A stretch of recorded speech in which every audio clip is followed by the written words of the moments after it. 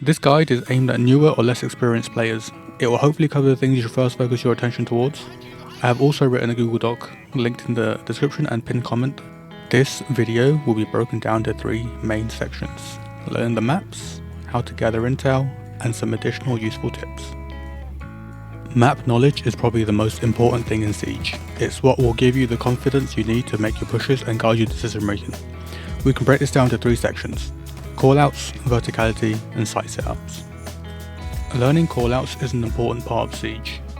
Bravo and basement, watch out. It's not just about informing your teammates about something happening on the map, but also to subconsciously inform yourself. Knowing the names of the rooms makes it easier to have a mental picture of the map. I would say the best way to learn callouts is to use the landmark trail. You can find this under play, training, map training, landmark trail. You can change the map on the bottom left of the map training page. The landmark drill will place a device in a room on the map. You'll be given the name of the room the device is in, and it's down to you to find it. The device will play audio which can help you find it, but you can turn this off in the drill settings. Once you find and deactivate the device, a new one will spawn somewhere else. You can find the name of the room you are actively in above the compass on the bottom of your screen. Keeping an eye on this will let you know which rooms feed into each other. Verticality is part of the destruction mechanic in Siege, and a really important one to know. Knowing how to play vertically can enhance your attacks or defenses. It can also be a really good way to either catch someone off or force someone out of a position. You can also use it to clear gadgets from above or below. I would say the best way to learn verticality is to just load a custom game on the map you want with either buck or sledge. Go to the top floor of the map and just start breaking any wooden floors to see where they go. It can be useful to find reference points for specific spots, as it makes it easier to target them, such as specific corners of rooms or any objects nearby. Learning site setups is definitely a bigger topic, and I'll probably make a separate guide for that. The important thing to know isn't what to do, it's why you're doing it. The theory is more important than the practice, as it can guide how you defend the site. Being able to read a site setup also enables you to understand how you can try to attack it. An unlikely way to learn is Quick Match. Quick Match has presets with pre-reinforced walls and rotates. These are informed by the most common walls and rotates created by the player base. You can use this as a basis with a grain of salt. As I said earlier, it's important to understand why more than it is to know what. What does that reinforced wall protect against? And is there a better way you could achieve it? Alternatively, you can load a custom game on a map you want and pick an operator with a shotgun. I usually opt for smoke or mute. Then just break down the site and see how you could set it up and try to find weaknesses in it. As I said, I will try to make a separate guide for this to go over more detail. I've put intel gathering here before something like operator knowledge, as it's really important to start building good habits with intel sooner rather than later. If you start out with a solid foundation, it's easy to build on it. As a general concept, this can be quite a deep topic, and I'll probably make follow-up guides on this. However, we can build a base right now. The most important and overpowered gadget in Siege is the drones, or cameras in general. They give you all that information you could ever need when used properly. Here are some tips to help build good habits with drones and cams. Use the drone phase. It's probably the most important time as an attacker, as it will help you influence your operator choice and how you will attack.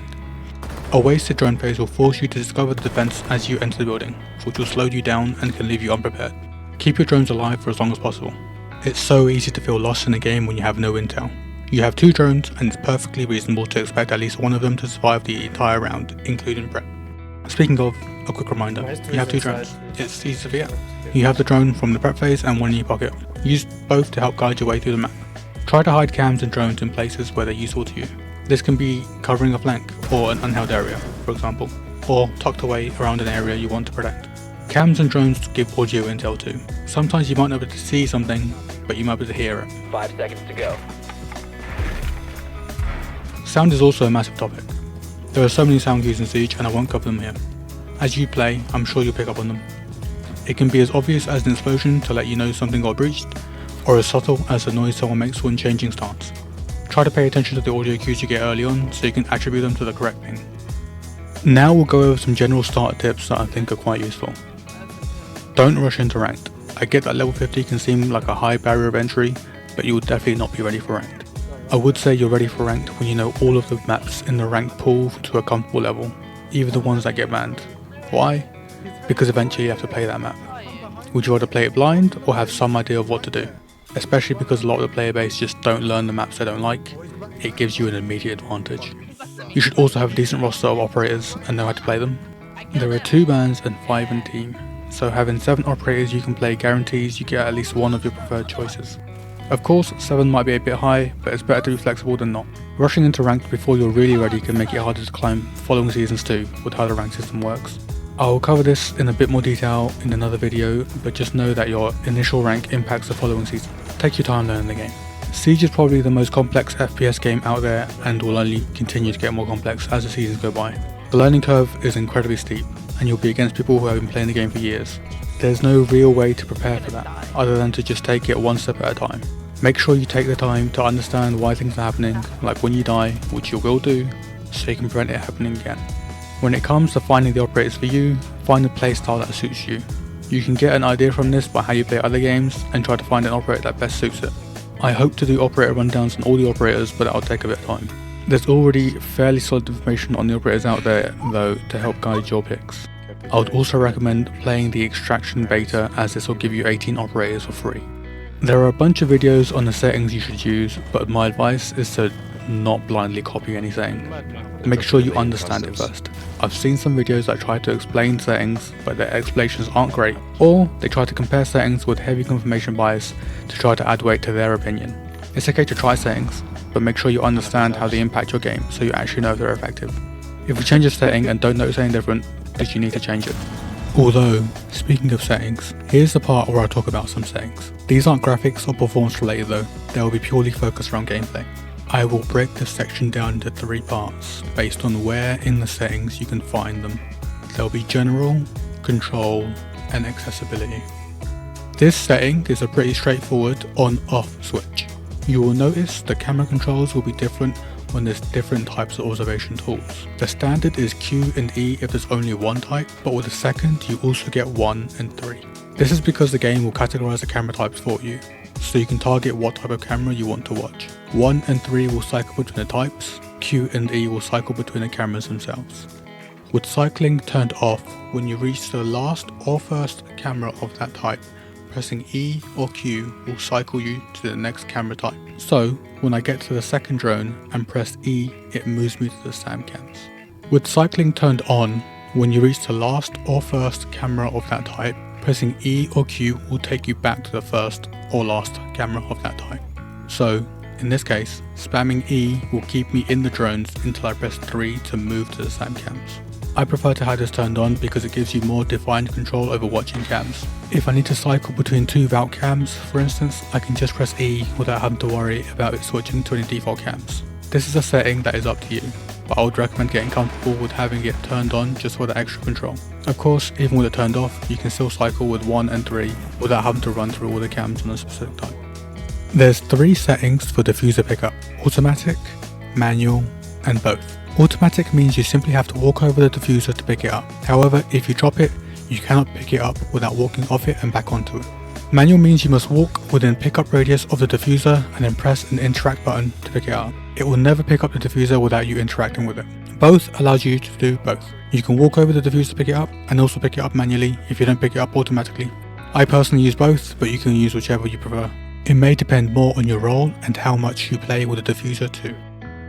This one is a pretty straightforward on-off one. The throw trajectory line will show you the path any throwable will take, from drones to grenades and nitro cells to goo mines and vault cams. I would generally recommend having it on just as it is fairly useful, but you can have it off if you prefer to do so. Drone after prep controls your ability to stay on your drone immediately after the prep phase ends. There's 3 settings for this: automatic, semi-automatic, and manual. Automatic automatically exits all drones. Pretty straightforward. Semi-automatic automatically exits all drones unless you're on your own one. If your drone is destroyed or there are no other drones, you'll exit automatically. Manual will stay in drones, whether they were yours or not, unless they were all destroyed. I prefer to run semi-automatic. This lets me stay on my drone if I want to watch the spawn peaks, for example, or drone a teammate in. And if I want to exit, I can just switch to a teammate's drone before the prep phase ends and it will automatically pull me out. I would generally recommend having match replays turned on, This shouldn't have a negative impact on performance, but could take up some space on your PC. However, Siege will only save the last 12 matches and will overwrite the oldest one, so it has its own limit.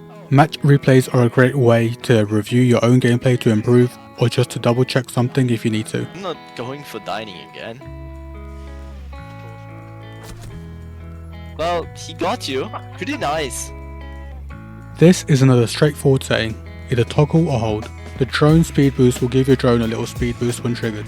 You get 3 charges of boosts, with a short cooldown after you deplete one. It's up to you whether you want to control it via hold or toggle. I've got boomer fingers, so I lean towards toggle for a lot of things, but this is just another preference setting. There's 2 settings for gadget deployment, standard and advanced. Standard means you press and release the gadget button whilst aiming at a relevant surface to begin deployment. The animation cannot be cancelled once started. If the gadget cannot be deployed, the animation will fail. Advanced means you press the gadget button to equip the gadget, you then need to interact with the surface to deploy. If the surface cannot be interacted with, nothing will happen. This is mainly going to be for breaching gadgets or any gadget you need to place before deploying, such as fusers, cluster charges, or thermites exothermic. I would recommend having it on advanced for the pure benefit that you can cancel the animation. This is key if you ever play thermite and are playing against a bandit that is trying to trip the wall. If you mess up your timing, being able to cancel the animation is important so you don't lose that exothermic. Similarly, it's important to have it as a bandit. Having advanced also gives you more control over the deployment of your gadget. You have more time to manage your placement, whereas standard will just snap to the surface and then it's too late to adjust, unless you're able to pick it up again. Drone deployment has 2 settings, standard and advanced. Standard means that after deploying a drone, you will automatically switch to the drone's feed.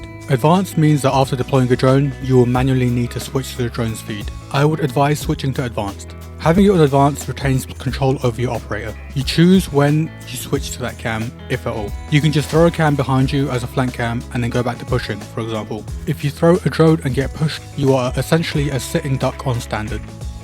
I've bundled these together as a fairly straightforward hold versus toggle settings.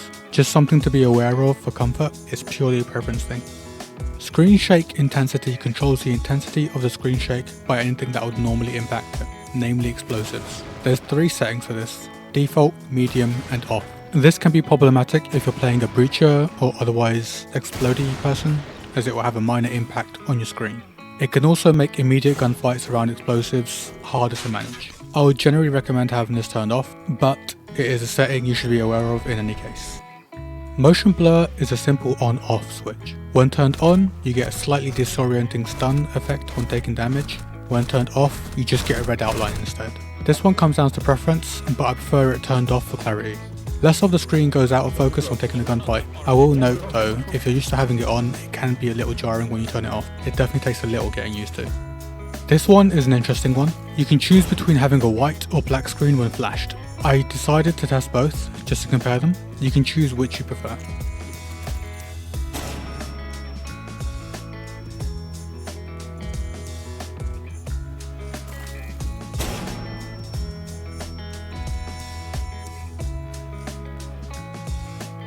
I'll throw this one in as an honourable mention. You get 3 different colours to choose from when it comes to highlighting team gadgetry versus opposition gadgetry. The sooner you adjust this setting to something you're comfortable with, the better it is for you. If you're used to what you have now, it might not be the best idea to change it. This is just a way to differentiate between friendly and opposition gadgets, like cams and claymores. I use red for opposition because that's what I'm used to, but you might want blue, whatever works for you. Just make sure you know the difference between your team colour and the opposition colour. What?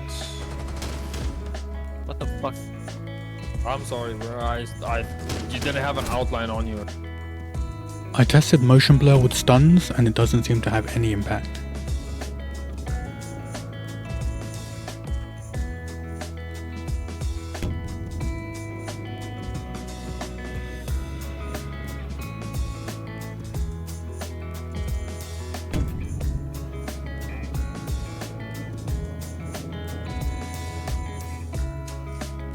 I also tested screen shake intensity with stuns, which also showed no impact. Just a note here, motion blur is turned off for these tests, but Zoff's screen turns black due to the stun VFX setting.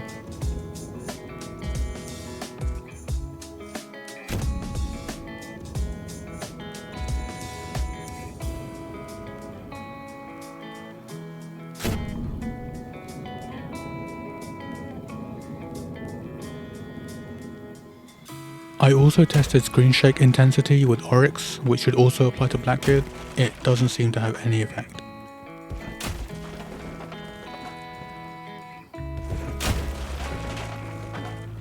Motion blur only makes a difference when you hit the wall, as it is a damage source.